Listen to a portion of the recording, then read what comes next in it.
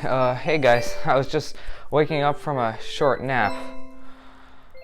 Well, if you replace short with year-long and nap with coma, that would be entirely accurate. Turns out I've been out like a light since December 15th, 2017. I honestly don't even know how. The last thing I remember doing was Bitcoin! I invested all my life savings into Bitcoin, the cryptocurrency of the future. It was December 15th, 2017. Bitcoin was on the rise. Nothing could stop it. So I put in all my life savings. Seems like the reasonable thing, right? I can't wait to see how rich I am now. So here's December 15th, 2017, and well, I'm rich. And if you replace rich with 100% broke, that would be entirely accurate. Unfortunately, I have no money. Oh well, time to drown my sorrows in my two favorite passions, model magic and video games. Come to think of it, I don't like model magic. I don't know why I said that. I just like video games. That's actually good though, because I mean, December 15th, 2017 was a long time ago. I can't wait to see with all the games Nintendo came out with for the Switch. One eternity later. Yeah, I forgot I'm broke. As someone who's never had an actual job, gaming on a budget has always been an involuntary hobby. But what about gaming on no budget? Assuming you somehow have a Nintendo Switch, but also don't have a penny to your name, this is the video for you. I'm gonna play and review every free Nintendo Switch game. I'm not including YouTube, Hulu, and other services for obvious reasons. No more blabbering, let's just get right on into the free games.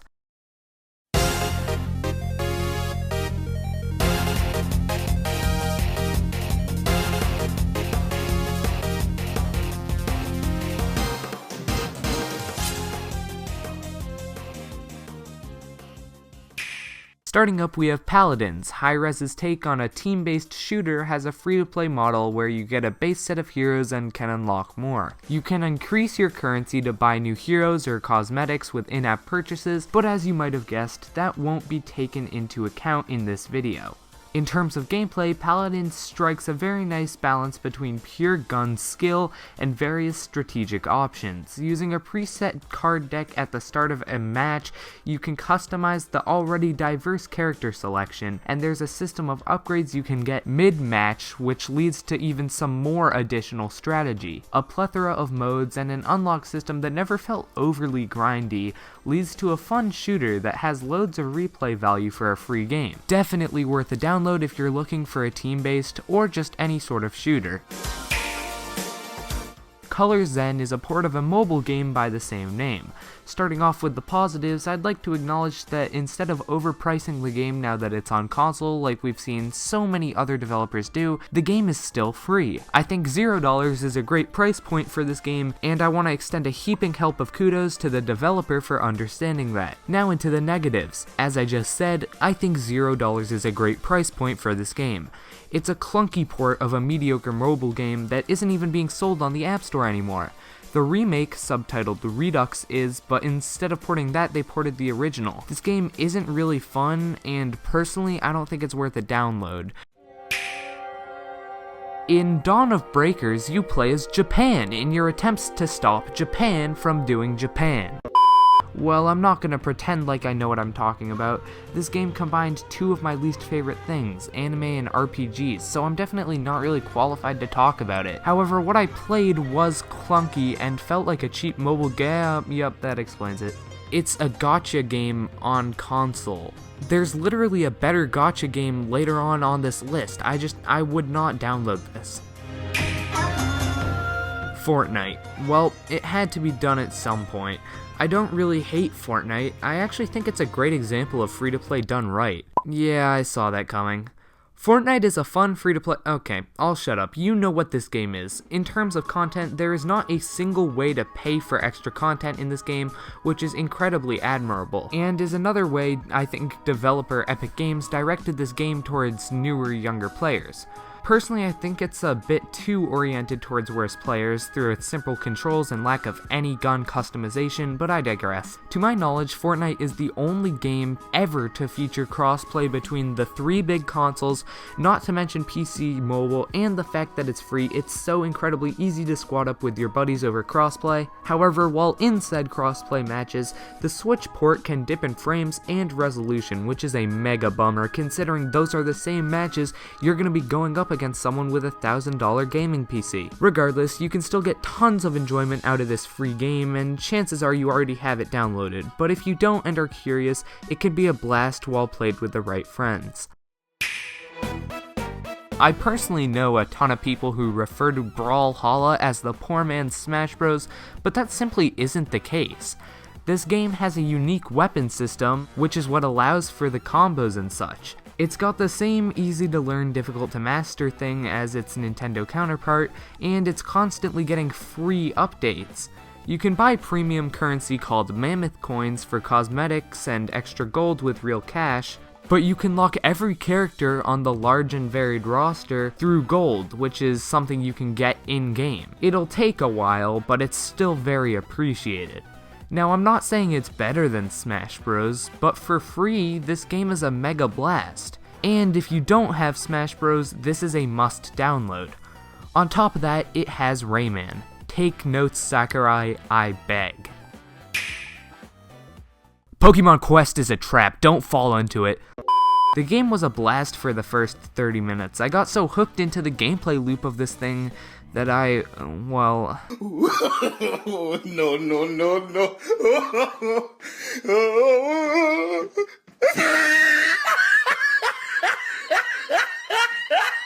At the time, I thought it was a good purchase. I mean, it was a Pokemon game. What could go wrong? Needless to say, just as quickly as it hooked me, I got bored. Haven't touched it since. In terms of it being a free-to-play game, it's fine, great, whatever. Just don't spend money on this. Learn from my mistakes. I mean, if I invested that money into Bitcoin, well, bad example, but you know what I mean. Remember when I talked about Dawn of Breakers and said there was a better gacha game on this list? I was referring to Gallic Z Variant S. It's a very basic 2D shooter that has insane amounts of customization. It's kind of a mixture between said gacha game with a 2D shooter RPG. It's an interesting concept, but personally wasn't for me. I'm not really a fan of any of those said genres, so yeah, it didn't interest me. But if any of those genres do interest you, there's no problem with this game. Graphics are fine, music's fine, gameplay's fine, there's no glitches and controls really well. It's just the overall concept isn't really made for people like me. Virtual pinball games are like Three Musketeer candy bars. I don't really like them, I don't really know anyone who does like them, but yet there are just so many of them lying about. Unfortunately, given the fact I just pissed off the Three Musketeer and the pinball video game fandoms, I gotta make it up to them by reviewing all the pinball games on the Switch at once. No, but seriously, to the unknowledgeable pinball plebeians like myself, these games all look the same. You only get a couple of plays before it asks you to pay for $20. This is a better use of your money.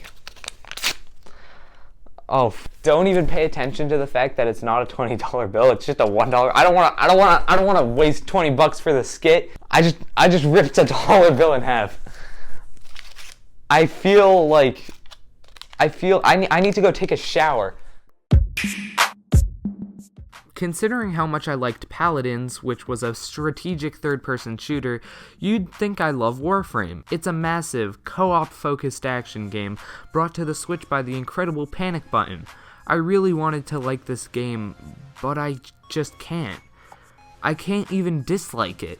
I just can't even play it. It crashes every single time. I've archived, deleted, reinstalled, updated, and scoured the internet for any sign of others having the same issue, but nope, nothing. From everything I've heard, it's a must-have. I'm planning on getting it on my PC soon, but personally, right now, I cannot recommend it. Coloring book is a coloring book. Use the Joy-Cons to color in a book. Obviously, you buy more books within real-life purchases, but that's to be expected. The problem is the app isn't bad, it's just that the developers didn't do a good job of understanding their target demographic. Obviously, this thing is aimed towards kids, but the thing is, any kid who actually has this $300 device is already A, too old for this game, or B, has the Switch and at least one other game for it. In that case, you have to be the world's lamest kid to choose Coloring Book over Super Mario Odyssey. This just isn't really a good idea for a Switch game, but who am I kidding? Let's test it out. Just draw in here and... Why? Why in the name of Reggie Fils-Aimé would you ever make a coloring book game where you can't undo what you just did? Just the feeling, the knowledge that if you draw out of the line one little part, you have to erase the entire thing. There's no undo button. Why do you not put an undo? I feel dirty. Back to the shower I go. Fallout Shelter is a mobile game ported to Switch, where you manage a shelter that fills up with the survivors of the fallout. The core gameplay loop is easy to understand, with collecting bottle caps and expanding the vault. Unlike the similar game Clash of Clans, I can't really get addicted to this loop though. It's just missing one more mechanic. I can't put my finger on exactly what that mechanic is. Maybe it's PvP, or maybe just more co-op options. But this game in particular isn't really hooking me. Considering how other free Switch games are just more engaging, I'd skip this. Arena of Valor is a mobile game for the Nintendo Switch. If you like games such as League of Legends, then this is for you. Unfortunately, I don't play games such as League of Legends, so I can't really give you an accurate review, but from what I played in my 30-minute gameplay session, it was relatively fun. I'll probably come back to this one, and I can just tell from the menus and all that stuff alone that this game has an insane amount of content, so definitely pick this one up, even if you're not into this sort of genre. Lastly, I feel like I'm obligated to mention two games, Smite and Lightseekers. They aren't out at the time of me recording, so I obviously haven't played them, but Smite is made by the same people who made Paladins, so yeah, that should be a great port. And Lightseekers is a card game, and it looks interesting from the trailers, so yeah, that's that. I'd give them both a download, even though I haven't actually played them because they're not out yet, but just like, I mean, they're free, just might as well try them.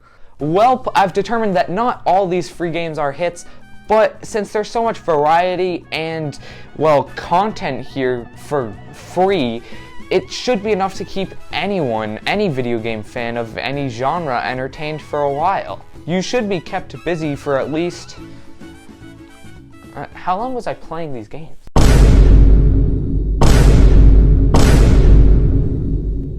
Oh my god. I'm rich!